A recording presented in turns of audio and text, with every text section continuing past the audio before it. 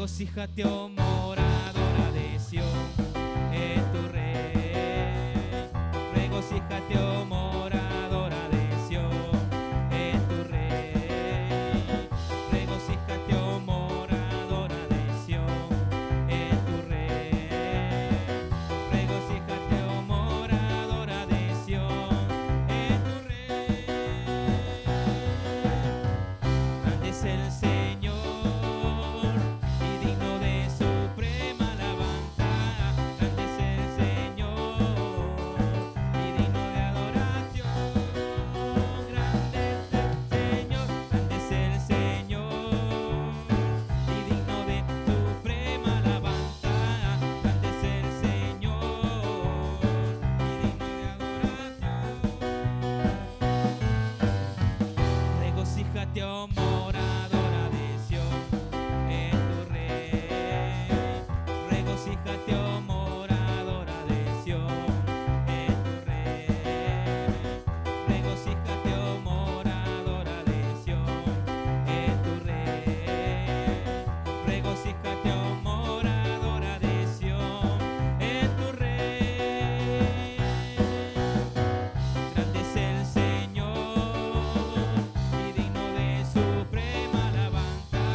Grande es el Señor y digno de adoración. Grande es el Señor, grande es el Señor y digno de suprema alabanza. Grande es el Señor y digno de adoración.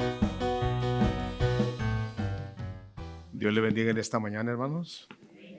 Mateo 24, verso 36, dice así la Escritura: en el nombre del Padre, del Hijo y del Espíritu Santo. ¿Ya todos lo tienen? Dice así: pero del día y la hora nadie sabe, ni aun los ángeles de los cielos, sino solo mi Padre.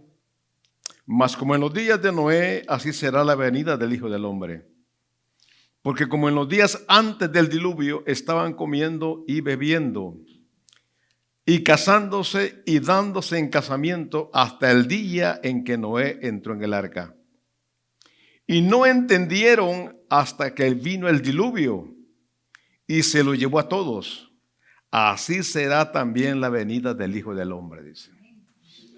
Padre, te damos gracias en esta mañana en el nombre de Jesús. Yo te pido, Señor amado, que tu palabra sea grabada en nuestros corazones, oh Dios. Que este pequeño consejo, Padre eterno, lo tomemos muy en serio, reconociendo, amado Dios, que tu venida está a las puertas. Reconociendo, Señor, que también somos seres llenos de defectos, Padre, pero que así tú nos aceptas, así tú nos recibes. Bendice la vida de los niños, los jóvenes, los adultos en esta mañana, Señor. En el nombre de Jesucristo, amén y amén. Tome su asiento, hermano. El retorno de Cristo, hermanos, es algo que a nosotros nos fortalece. Es algo que a nosotros nos debe de inspirar a seguir adelante. Es algo que a nosotros nos debe de inspirar a serle fieles a Dios, reconociendo que somos personas llenas de defectos. Y así es como Dios nos aceptó a nosotros. Cada uno de nosotros tenemos un carácter diferente uno del otro. Y a Jesucristo acá, cuando usted se va al principio de este capítulo, a Él le hacen 3 preguntas. Allí en el capítulo 24, en el verso 1 en adelante, dice la Escritura que cuando Jesús salió del templo y se iba, se acercaron sus discípulos para mostrarle los edificios del templo, dice. En el verso 3 dice: y estando él sentado en el monte de los olivos, los discípulos se acercaron aparte diciendo: dinos, ¿cuándo serán estas cosas? ¿Qué señal habrá de tu venida y del fin del siglo? Son 3 preguntas que le están haciendo aquí al Señor, porque ellos sabían que la venida del Señor estaba a las puertas. Imagínese usted, Pablo dice, hermano, a los corintios acerca de eso, que cada día está más cerca, dice, de que cuando creímos, dice. Ahora, nosotros sabemos que Cristo vuelve pronto. Sabemos que Cristo está a las puertas. Ahora, ¿cuándo será eso? Esa es la gran pregunta que están hablando los discípulos allá. Dinos cuándo, en qué momento se van a cumplir estas señales. Y aquí, hermanos, es donde venimos nosotros y nuestra mente choca. La vida del cristiano, hermanos, es una vida de fe. Cuando nosotros leemos el capítulo 11 de Hebreos, nos damos cuenta que la Biblia nos presenta ahí una lista de los hombres de fe. Hombres que caminaron por la fe. No es por vista que el cristiano camina, sino creer en el momento que está hablando aquí el Señor, que tarde que temprano se va a llevar a cabo. Ahora, cuando nosotros venimos y nos preguntamos, ¿cuándo viene Cristo? Cuando usted mira allí, hermano, al principio de lo que leíamos, dice en el verso 36, pero del día y la hora nadie sabe, ni aun los ángeles de los cielos, sino solamente mi Padre, dice. Y esto es algo, hermanos, que a nosotros nos lleva a pensar cuál va a ser la condición en que nosotros nos vamos a encontrar cuando Cristo venga. Muchos de nosotros vivimos vidas descuidadas, pensando, hermanos, en el mañana, pensando en la otra semana. Y dice la Biblia que cada día trae su propio afán, dice. La pregunta es, ¿cuándo es que Cristo viene? Y la Biblia dice, hermano, que nadie lo sabe. Esto está únicamente reservado en la mente del Padre.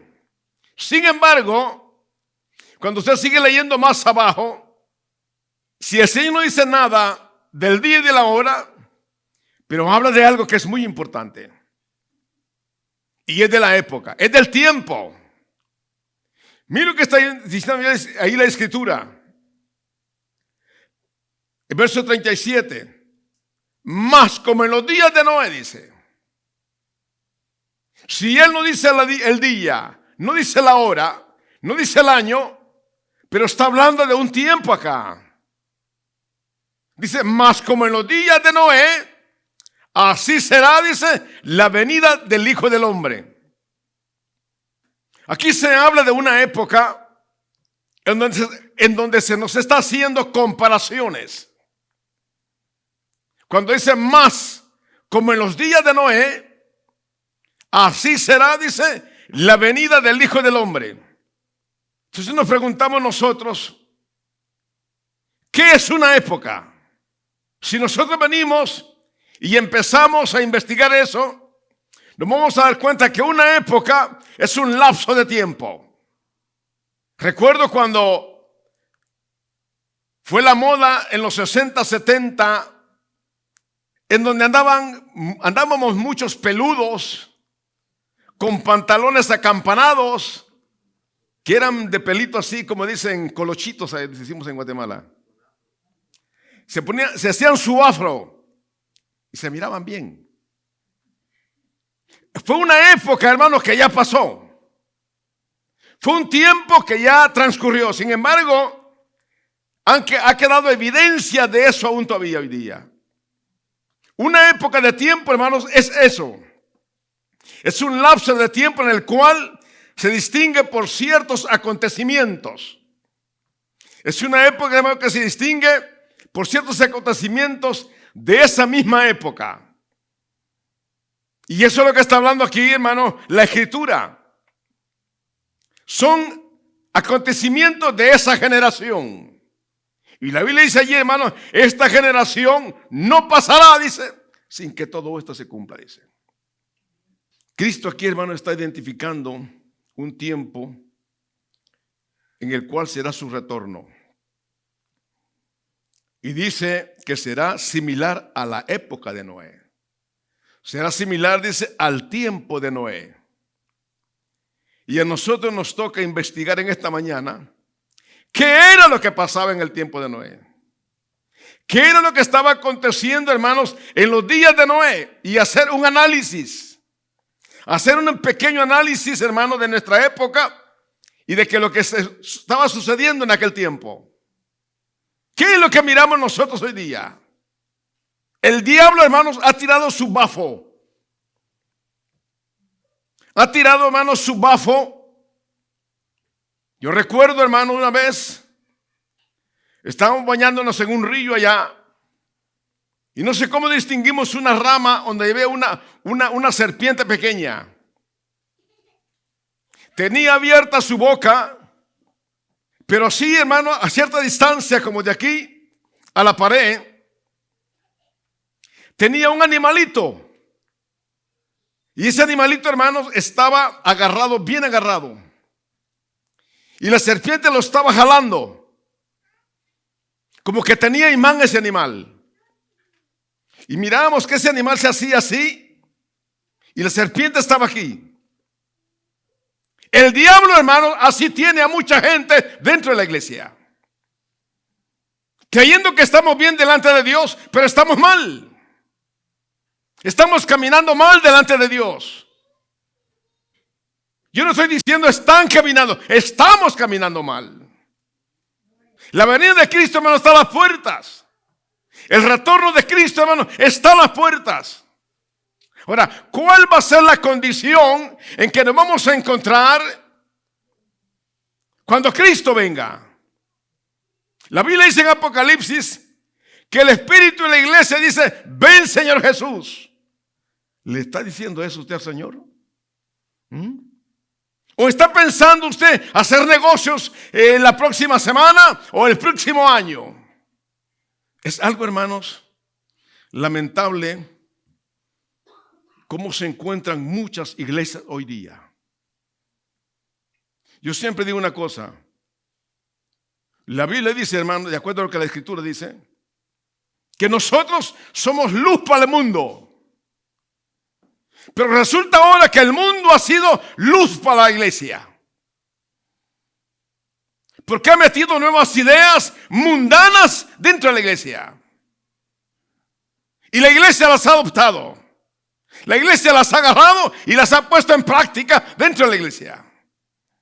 Y esto es algo, hermano, donde la iglesia se vuelve mundana. Porque habemos muchos cristianos mundanos. Y esto es algo, hermano, que nos está hablando aquí la Escritura, más como en los días de Noé. Exactamente. No es que algo que yo me estoy inventando, es algo que la Biblia nos está mencionando acá. Es algo que la Biblia nos está diciendo acá, más como en los días de Noé. Está hablando de una comparación de tiempo. Y Cristo dijo que si nosotros podíamos identificar esos días, que si nosotros pudiéramos saber cuándo estamos viviendo, entonces nosotros estaríamos preparados. Nosotros estaríamos dispuestos. Nosotros podríamos decir, Señor, si tú vienes hoy, yo me voy contigo. Pero veamos qué es lo que hay atrás de nuestra vida. Veamos, hermano, el estilo de vida que nosotros traemos. Y esto es algo, hermano, que en realidad a la iglesia, a los pastores, les preocupa esto. No podemos, hermanos, hacernos de la vista gorda. Dice la Biblia que si nosotros pudiéramos identificar esos días, estaríamos preparados. Porque esa generación, dice, no pasará sin que acontezca, sin que aparezca Él en las nubes. Nos debe a nosotros, hermanos, de llamar la atención cuando la Biblia nos habla de esto. Yo quiero que en esta hora usted me ayude a hacer un análisis, que nosotros hagamos una comparación un poco minuciosa de la época de Noé y la época nuestra. Y se va a dar cuenta usted, hermano, que estamos así, mire, paralelos. O sea, somos iguales o peores quizás. Un gran ministro de Dios aquí en Estados Unidos dijo que si Dios no enjuicia a esta nación, un día va a tener que pedirle perdón a Sodoma y a Gomorra. Porque el mundo, hermano, está peor que Sodoma y Gomorra. Cuando nosotros venimos y analizamos la condición del mundo, nos vamos a dar cuenta que esa es la situación.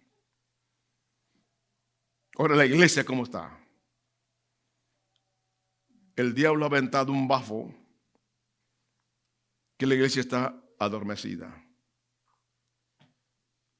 La iglesia está, hermano, en una situación, como decimos nosotros, está como cuando a alguien le ponen una inyección para adormecerlo.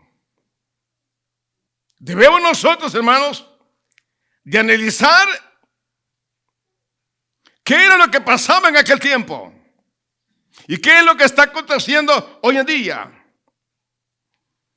La Biblia habla, hermano, de los días de Noé, donde la Biblia dice que Dios hizo todas las cosas. Váyase conmigo a Génesis. Génesis capítulo 2.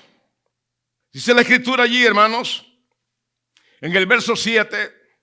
Entonces Jehová Dios formó al hombre del polvo de la tierra y sopló en su nariz aliento de vida y fue el hombre un ser viviente, dice. En el verso 15, mira lo que dice. Tomó pues Jehová Dios al hombre y lo puso en el huerto de Edén para que lo labrara y lo cuidara, dice, lo guardase, dice. Ahora, cuando usted entre en el capítulo 3, se va a dar cuenta usted a quién Dios le llama la atención acá. Si usted se da cuenta en este capítulo 3 de Génesis, dice que Dios puso aquello en las manos del hombre. Dios le encargó, dice la escritura acá, para que lo labrase y lo guardase, dice. Y cuando el hombre cae, cuando usted entra en el capítulo 3, se va a dar cuenta que Dios no le llama la atención a la mujer. Dios le llama la atención al hombre. Todos nosotros sabemos que el que cometió, el que falló acá, fue la mujer. Ahora mi pregunta es, ¿por qué Dios no le llamó la atención a la mujer? ¿Por qué Dios le llamó la atención al hombre? Y yo, hermanos, no es que esté en contra del pastorado de una mujer. Para mí, hermano, me da igual. Pero lo que se está escuchando hoy día, hermanos, el feminismo dentro de la iglesia. ¿A quién Dios le da la autoridad acá? ¿A quién? No es a la mujer. ¿A quién Dios le llama la atención acá? ¿Quién fue la que falló acá? ¿Por qué Dios, hermano, podríamos decir que se confundió en la llamada de atención? Miren lo que dice el versículo 9. Mas Jehová Dios llamó al hombre y le dijo, ¿dónde estás? Y él respondió, oí tu voz en el huerto y tuve miedo, porque estaba desnudo y me escondí. Y Dios le dijo, ¿quién te enseñó que estabas desnudo? ¿Has comido del árbol que yo te mandé no comieses? Note usted que Dios le está llamando la atención aquí al hombre. Y eso me llama a mí la atención. Como le decía anteriormente yo, no es que esté en contra de un pastorado de una mujer. Lo que estoy en contra yo cuando la mujer que se dice ser pastora empieza a hablar sobre el feminismo dentro de la iglesia. Eso es meter el mundo a la iglesia. ¿Qué es lo que el mundo está haciendo ahorita? Ahorita, hermano, quieren que la mujer tenga la misma autoridad del hombre. Quieren deshacer lo que es el molde de Dios del matrimonio. Lo están logrando y lo van a lograr. Pero la Biblia habla, hermano, que Dios puso al hombre como cabeza y no como cola. Y es por eso, hermanos, que a mí me llama la atención todo esto. Porque Dios, hermano, hizo todas las cosas, la creación, y las puso en las manos del hombre. Para que el hombre se lo guardase y lo labrase. En el jardín del Edén, hermano, todo era un placer. Todo era gozo, todo era alegría. La Biblia dice que la voz de Dios se paseaba en el huerto. La Biblia dice que Dios se comunicaba con el hombre, platicaba con el ser humano. No había pecado. Pero cuando el hombre viene y cae, hermano, interrumpe aquella relación. Y esto es algo, hermano, que llama la atención cuando nosotros miramos estas cosas. Es muy importante de que nosotros nos demos cuenta de todo esto. ¿En dónde, hermano, estamos parados? Dios le dijo al hombre, todo es tuyo, le dijo. Cuando lo pone las manos en sus manos, Dios le está diciendo, todo es tuyo. Guárdalo, lábralo, cuídalo. Le está dando una autoridad al hombre. Nomás le dijo, no comas del árbol que yo te mandé que no comieses. No lo hagas. El hombre viene, hermanos, junto con la mujer y comen. O sea, desobedecen al mandamiento de Dios. Desobedecen. Y desde esa época, cuando usted entra en el capítulo 3, se va a dar cuenta, hermano, que Caín se levanta contra su hermano Abel. Y desde esa época hasta el presente ha existido un correr de sangre a través de toda la historia. Cuando usted entra al capítulo 6 de Génesis, mire lo que dice ahí la escritura. En el capítulo 6 de Génesis, en el verso 6, mire lo que dice allí. Y se arrepintió Jehová de haber hecho al hombre, dice, que he creado, de haber hecho al hombre en la tierra, y le dolió en su corazón, dice. Cuando el hombre cae, hermanos, en el pecado, vemos aquí la situación que se puso muy difícil para ellos. Y él dice, hermanos, me pesa en el corazón, dice, haber creado al hombre, dice. Y cuando dice hombre acá, se está refiriendo a la mujer también. Es por eso que es muy importante de que nosotros podamos entender la época en que estamos viviendo. Los tiempos que estamos viviendo. Y compararlos con aquel tiempo. ¿Y por qué Dios dice, me arrepiento de haber creado al ser humano? Y el hombre, hermanos, Isaías dice que el hombre es enfermo. Desde la coronilla de su cabeza, dice, hasta la planta de sus pies, dice. Dice que somos hinchazón, dice, y podrida llaga. ¿Qué quiere decir con eso? Que no existe nada bueno en el hombre. No hay nada bueno en nosotros. Lo único que nosotros merecíamos, ¿sabe qué es? El infierno. Pero Dios, en su infinito amor, Dios nos trae a sus caminos. Nos trae a los brazos de Jesucristo. Siendo como somos, Dios tiene misericordia en nosotros. Dios tiene compasión de nosotros y nos restaura. Porque cuando el hombre cae, hermanos, yo le enseñaba una noche de estas. Dice la Biblia que el hombre fue hecho conforme a la imagen y semejanza de Dios. Yo le decía a usted, ¿qué fue lo que el hombre perdió cuando cae en pecado? ¿Es la semejanza o qué? Mire lo que dice ahí Génesis. Dice la Biblia que Dios creó al hombre a su imagen y semejanza. Entonces yo le pregunto a usted, ¿qué fue lo que el hombre perdió cuando cae en pecado? ¿Qué dice la Biblia? Una de esas dos cosas el pecado afectó. Y la Biblia habla, hermano, en Colosenses. Váyase conmigo a Colosenses. Mira lo que dice ahí la Escritura. Capítulo 3 de Colosenses. Dice ahí la Biblia, en el versículo 10. Y revestido del nuevo, dice, el cual conforme a la imagen del que lo creó, dice, se va renovando hasta el conocimiento pleno, dice. Entonces, ¿qué fue lo que afectó el pecado? Cuando dice la Biblia allí, hermano, conforme a la imagen del que lo creó, se va renovando. Una de esas dos cosas fue lo que el pecado dañó. Y fue, hermano, la imagen de Dios, la imagen que Él puso en el hombre.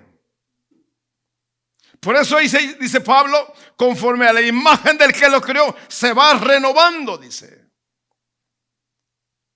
¿Por qué? Pablo dice, hermano, yo no conocí el pecado si la ley no dijera, no codiciarás. La ley lo que hacía era, hermano, manifestarnos qué tan dañino es el pecado en la vida de nosotros. Y eso es, hermano, lo que trae separación con Dios. Eso es lo que nos trae a separarnos de Dios. Pero en Cristo Jesús tenemos esa relación con Dios. ¿Cuántos dicen amén? En el Señor, hermano, cuando Él viene, nos redime. Volvemos a entablar aquella relación que un día se perdió. Y eso es lo que estamos viendo acá, hermanos. Cuando Él dice que le pesa en el corazón de haber hecho al hombre. Por eso lo que Dios dice allí mismo, que su espíritu no contenderá más con el hombre, dice. Pero Dios no es como nosotros. Dios no actúa como nosotros actuamos. Dios es paciente, Dios es misericordioso, pero también sabemos que de Dios nadie se burla. Y Dios mira, hermano, hacia abajo. Dios encuentra un hombre justo. Capítulo 6, verso 8, por así que ahí está.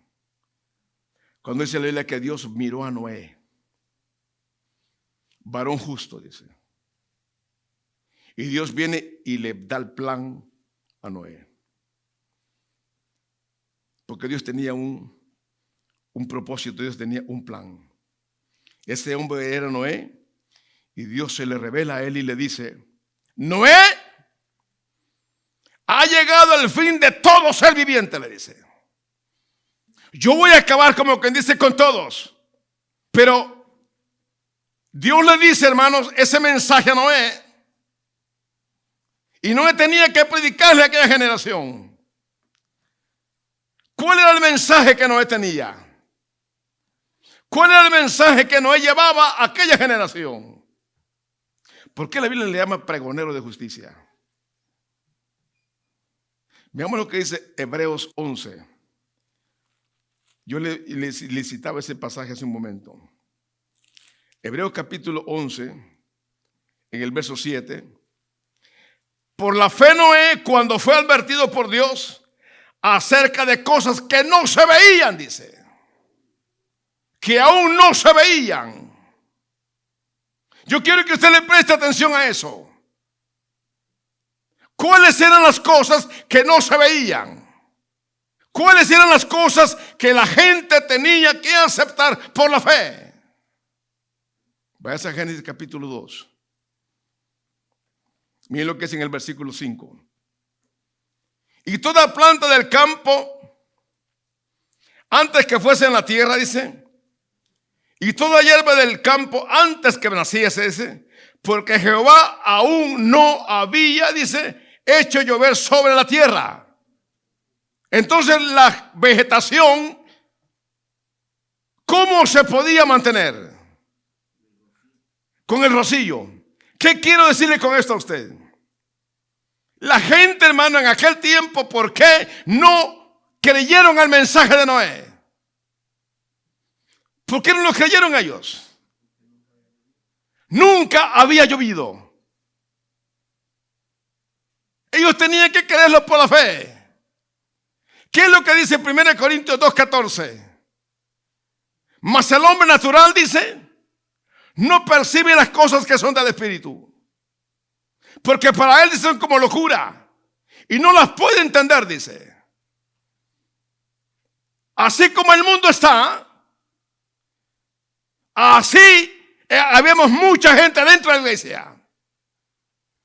El hombre natural, dice, no percibe las cosas que son del Espíritu de Dios, porque para él son una locura, dice, y no las puede entender porque se han de discernir, dice, espiritualmente, dice. Cuando alguien viene y le da un mensaje a usted de esos, diciéndole que Cristo viene, usted y yo tenemos que creerlo, porque esto es por la fe. Esto no es asunto, hermano, que nosotros podemos pasar el tiempo y podemos decir, hermanos, y seguir viviendo como hemos vivido. Este es un tiempo, hermano, que nosotros tenemos que meternos y buscar a Dios. ¿Sabe qué dice la Biblia? 2 Corintios 4:18. 2 Corintios 4:18 dice allí, no mirando nosotros las cosas que se ven, dice, sino las que no se ven. Porque las cosas que se ven, dice, son temporales, pero las que no se ven, dice, son eternas.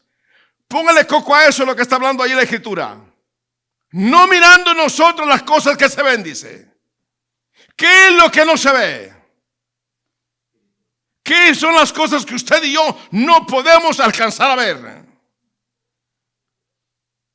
Si nosotros buscamos la dirección del Espíritu Santo, Él nos va a guiar. Él nos va a llevar a entender estas cosas. Por eso fue que aquella gente no creyó el mensaje de Noé.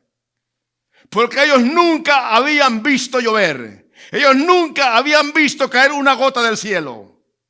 Y se burlaban de Noé. Este amigo está loco. Por eso dice la Biblia que por la fe Noé condenó al mundo, aquel dice. Por la fe. Porque esto es por fe, como le decía al principio yo. Esto no es por vista. Esto es por fe. Creer, hermano, lo que dice su palabra. Creer lo que dice Dios aquí en su palabra. Noé tenía que predicarle a aquella generación. Tenía que llevar el mensaje a de todo lo que Dios le había dicho acá. Noé tenía que hacerlo. Hay cosas en la Biblia, hermanos, que nosotros tenemos que creerlas por la fe. Y Noé hablaba de algo acá que nunca había acontecido. Y la gente tenía que creerlo. Y como no creía, se burlaban de él. ¿Por qué? Porque nunca ellos habían visto caer una gota de agua. Por eso es que aquellos hombres se burlaban de él. Pero mientras pasaba esto, se acercaba el momento. Llegaba el momento, hermano, en que Dios iba a abrir las cataratas de los cielos. ¿Cómo el mundo tiene la iglesia? Como locos, ignorantes. Y ese tipo de ¿cómo le dijera yo? Gracias, varón. Ese tipo de calificativos le da el mundo a la iglesia. Que somos unos tipos retrógradas, que somos unos tipos que nos quedamos en la antigüedad. Ya, y fíjese qué tremendo esto, que aún para muchos pastores, hoy día, yo no sé si usted cuántos tipos de Biblia tiene en su casa, pero uno tiene que armarse lo más que pueda de Biblias y ver, hermanos, lo que está pasando. Porque hay diferentes versiones. Y hay versiones que han salido hoy día, hermano, que le han quitado todo aquello que hable de sangre, se lo han quitado a la Biblia. ¿Qué significa eso? El mensaje es el mismo. El mensaje no cambia. Dios dijo que Él no cambia su palabra. No. No. ¿Y el hombre quién es para cambiarlo? Nadie. Nosotros, hermanos, no somos nadie. Dios tiene su tiempo para todo. Dios tiene su momento, hermano, para todo. Dios a nosotros nos ha determinado, hermanos, un tiempo. Un tiempo, hermano, a nosotros Dios nos ha preparado. Y muchos dicen,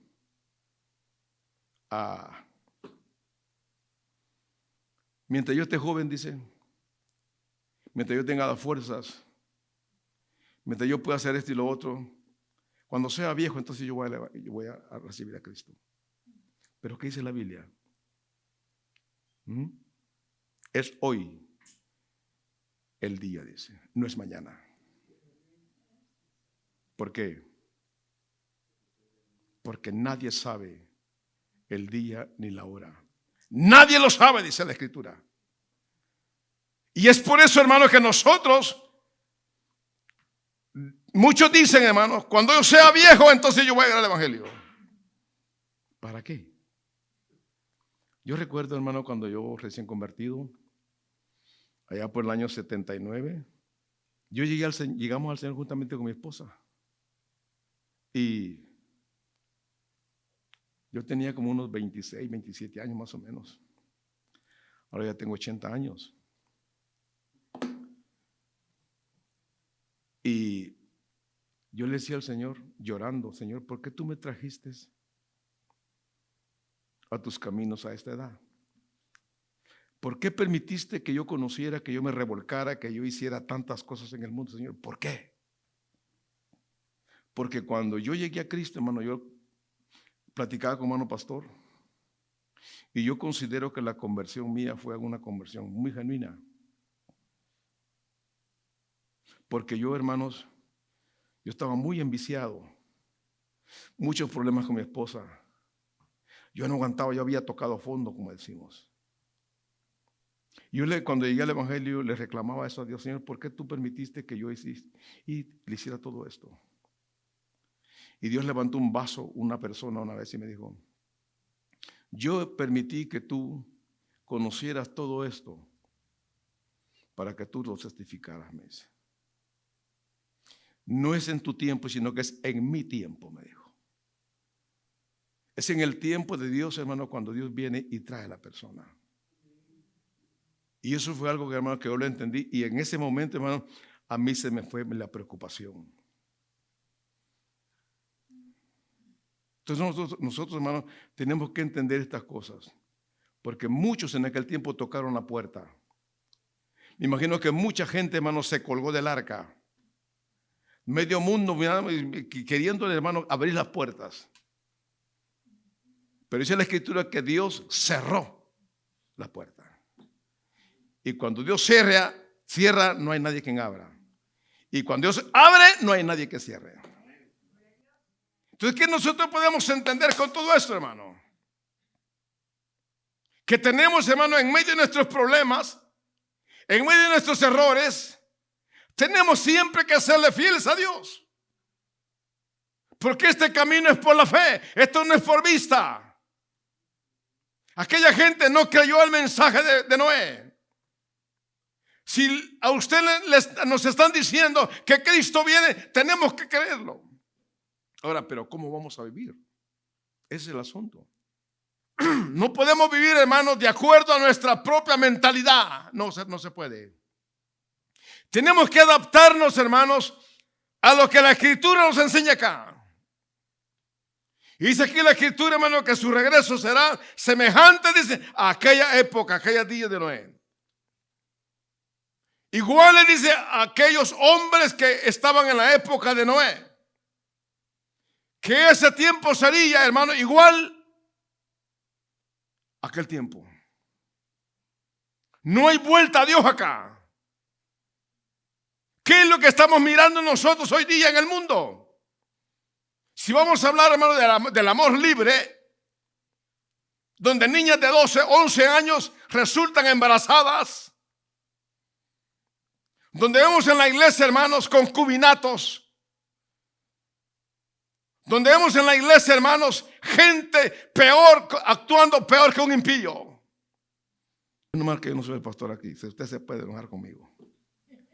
que al bajar de aquí me saluda, nos abrazamos y se olvida, no pasó nada. Pero esto, hermano, es muy importante de que nosotros lo hablemos. Yo me considero, hermano, un pastor, un predicador de la vieja guardia. Yo no soy un predicador moderno, no se equivoque conmigo, no. Yo ya tengo algunos años, tenemos con mi esposa algunos años ya bregando en esta área. Yo ya puedo testificarle a usted lo que es el pastorado, lo que un pastor vive. Y eso es muy importante de que nosotros podamos entenderlo. El amor libre, hermano, se practica dentro de la iglesia. Y eso que no le extraña a usted, porque es la época que nosotros estamos viviendo. Y para muchos llamados ministros, el amor libre dentro de la iglesia es normal, es común. Viene el amante con la mujer, viene la pareja que son amantes, reciben a Cristo. Pero que no le vayan a tocar esa parte, porque entonces se van para el mundo. Por mi parte, váyase. Pero esto sí es. Hay que llamar a los rojos rojos y a los negros negros. No se puede cambiar las cosas, no se puede. La Biblia dice, hermano, que Dios es el mismo de ayer, de hoy y por la eternidad, dice. Dios no cambia. Es que, hermano, no podemos predicarle a la gente. Hay iglesias, hermano, donde le voy a decir una cosa. Hay iglesias donde yo he estado, hermano, por favor, no hable del pecado. Aquí, no, entonces mejor cuídese, hermano, Dios le bendiga. Yo no voy con eso. Jesucristo jamás, usted lo ve en la Biblia. Cuando usted mira Juan capítulo 6, casi al final de ese capítulo, Jesucristo les dice a los apóstoles, cuando dice que miraban que toda la gente que lo había seguido, que le había dado la versión antigua dice que le dio de hartar, dice. Así dice la versión antigua. Dice que cuando empezaron a escuchar el mensaje del Señor, poco a poco fue poniéndose pesada la cosa. Y dice que la gente se empezó a ir, se fue, dice, la gente se fue. Y cuando los apóstoles miraron eso, como que el Señor percibió, no como que percibió, el Señor percibió. Y le dijo, ¿se quieren ir ustedes también? Váyanse, les dijo. Porque dijeron, dura es esta palabra. ¿Quién la puede oír? Dice. Claro, el hombre cuando está en pecado le ofende eso. Pero el hombre que está viviendo rectamente delante de Dios, dice gloria a Dios, se goza, se alegra, porque sabe que Él está haciendo la voluntad de Dios. Pero cuando estamos mal, como la mojarra, como decimos en Guatemala, hermanos, eso no como que, mire, ¿sabe cómo viene siendo eso? Como cuando usted pone, hermano, una serpiente en un sartén caliente, aquella cosa se empieza a mover, a sentir el dolor, a sentir el calor. Pero es así, hermano. No soy yo. Es la Biblia que nosotros nos confronta. El mensaje de Dios, hermano, es confrontativo. El pecado, el Dios, hermanos, no es un ser o no es un Dios que tolera el pecado. No. La Biblia dice, hermano, sed santos porque yo soy santo en toda vuestra manera de vivir. En toda vuestra manera de vivir, dice. Cuando dice eso, ¿a qué se está refiriendo la Escritura? Cuando nos habla de eso la Biblia, ¿a qué se está refiriendo? Es tremendo, hermanos. Hoy día miramos tantas cosas que se han metido dentro de la iglesia. Pero yo, como siempre he dicho, los pastores somos los que tenemos la culpa. Porque nosotros lo permitimos. Pero si nosotros venimos y predicamos el evangelio rectamente, yo le decía al Señor en el pastorado, Señor, aunque me quede con 2, aunque me quede con 3. Este no es asunto de ofender, no, tampoco. Tampoco es asunto de ofender a alguien, no. No vaya a malinterpretar las cosas. Es ver, hermano, con la Biblia. Por eso a mí me gusta predicar con la Biblia abierta. Me gusta que la gente abra su Biblia, que lea lo que estamos leyendo, que lo que estamos tocando, los puntos que estamos tocando. Porque la Biblia misma lo está diciendo. No es el hombre. Cuando un pastor viene y le llama la atención a usted, cuando un pastor viene y le predica de una manera así, hermano, no se ofenda. ¿Sabe qué tenemos que hacer? Dos actitudes. O nos humillamos o nos rebelamos. Eso es lo que tenemos que hacer.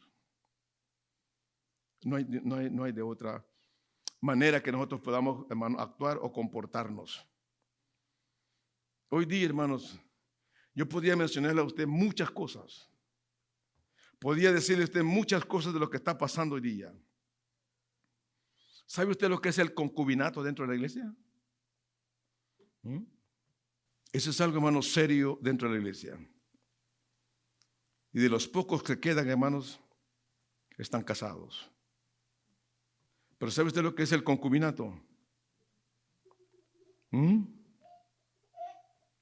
Eso es algo triste, hermano, que la iglesia lo está viviendo.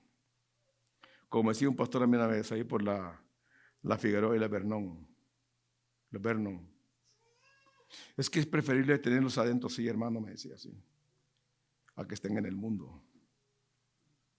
Qué desgracia la suya, le dije. Así le dije. Y triste, hermano, para mí, porque tuve en esa iglesia como 2 años. 2 años dando la escuela dominical. Es una iglesia grande. Tal vez alguien ha pasado por allí. La Figueroa y la Vernon. Cabal, atrás de la gasolinera que está allí, la 76 creo que es. Ahí está una iglesia que se llama Esmirna. Yo estuve dando la escuela dominical ahí 2 años.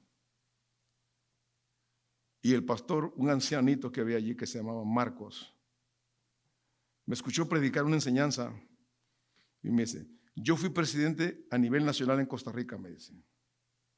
Si yo, viejo, te hubiera conocido en aquel tiempo, me dijo, yo te jalo para Costa Rica, me dijo, te llevo para allá, me dice. Porque me gusta escucharte como tú expones la escritura, me dice. No andas con rodeos, no andas con juegos, me dice, porque esto no es de sobarle la espalda a la gente, no. Yo no quiero que me soben la espalda, no. Si yo estoy mal, quiero que me digan las realidades. Hermano Ever, usted está mal. Porque 2 posiciones puedo tomar, o tengo que tomar, una de 2. O me rebelo, o acepto mi error. Y ese es, hermano, lo que estamos viendo acá. Lo que la iglesia, hermano, está viviendo hoy día. Esa es, hermano, la situación que estamos nosotros viviendo. Y esto, hermano, detiene la bendición de Dios. Nos preocupamos por cosas, hermanos, exteriores, asuntos sociales. Hemos socializado la iglesia. ¿Y dónde está lo espiritual? ¿Dónde está la presencia de Dios? A mí no me interesan las cosas sociales. Es que usted está viejo, hermano. Ya estoy viejo, sí. Ya estamos viejos como algunos. Pero la Biblia a mí me habla algo muy diferente. Porque estamos dejando, hermanos, sin tocar la moral. Estamos, hermanos, sin siquiera tocarla. Y preferimos, hermanos, tener este tipo de asuntos. Es por eso que es tan común que veamos, hermanos, criaturas envueltas en problemas de adultos. Es por eso que tenemos una juventud en las escuelas. ¿De cuándo acá, hermanos, se ha visto que en las escuelas pongan detectores de armas? ¿De cuándo acá? Yo nunca me imaginé que eso llegara a ser. Imagínate que tienen que registrar a los niños que no lleven armas. ¿Hasta dónde hemos llegado? ¿Por qué pasa todo esto? ¿En dónde radica el problema de todo esto? Hermano, tenemos que reconocerlo. Si estamos bien delante de Dios, bendito sea Dios. Pero si estamos mal delante de Dios, reconozcamos nuestro error. La venida de Cristo está a las puertas, hermano. La venida del Señor está a las puertas. Muy pronto la trompeta sonará. Lo que está viviendo el mundo, hermano, cómo el mundo se está condicionando ahorita. Cómo el mundo, hermanos, es como una pieza de ajedrez. Es como un rompecabezas, mejor dicho. Usted agarra un rompecabezas y lo va buscando las piezas que coordinan una con la otra. El mundo se está condicionando. El mundo está, hermano, llegando a un punto. Desde el año 1978, el secretario general de la OTAN dijo: necesitamos un gobierno mundial, no importa de dónde venga, si viene del cielo o del infierno, dijo. Desde el año 78. Cuando usted lee un libro que se llama Cuando el dinero falla, usted se va a dar cuenta de todo lo que ha pasado ahí. Todo lo que ha venido pasando, hermano, ha venido siendo como un rompecabezas. Entonces, están llegando a un punto, el mundo, donde los gobiernos van a empezar a pedir un gobierno mundial. ¿Por qué? Porque todo se está condicionando, todo. Aquel hermano, aquella persona que piensa, que cree que el mundo se va a componer, está equivocado. Esto va cada día peor. Esto va cada día, se está poniendo peor cada día. Mientras eso pasa en el mundo, la iglesia tiene que estar preparándose porque el rey viene. Tenemos que estar preparados, hermano, para el retorno de Jesucristo. Cuando la trompeta suene, hermano, el cristiano tiene que estar preparado cuando eso llegue. Si no, hermanos, estamos fritos, como decimos. Porque hay iglesias, hermanos, donde si alguien predica contra el pecado, lo bajan del púlpito. No le gusta. No le gusta que se mencione asuntos que van, como le dijera yo, a tocar el pecado. No le gusta. Y yo he tenido la oportunidad de conocer pastores así. Había un hombre en una iglesia donde cada fin de mes, recogían una ofrenda especial para pagar el edificio. Y había un hombre atrás, siempre. Había un hombre atrás que él siempre daba $500 para ajustar para la renta. Pero yo sabía cómo estaba ese hombre. Yo me daba cuenta cómo estaba viviendo. Y le dije al pastor, le dije así: ¿por qué hace esto usted? Le dije. No, ¿por qué haces esto vos? Yo de vos lo trataba, era un dominicano. ¿Por qué vos haces esto? Le decía así. Ese tipo vive con Graneta, le dije yo, y son amantes. Me dijo: es que si no pago la renta, me decía así. ¿Cómo no? Le dije así. Estás fregado, le dije. Hermano, en estos asuntos, hermanos, es muy importante. Yo sé que el tiempo avanzó. En estos asuntos, hermanos, muy importantes que nosotros tengamos cuidado.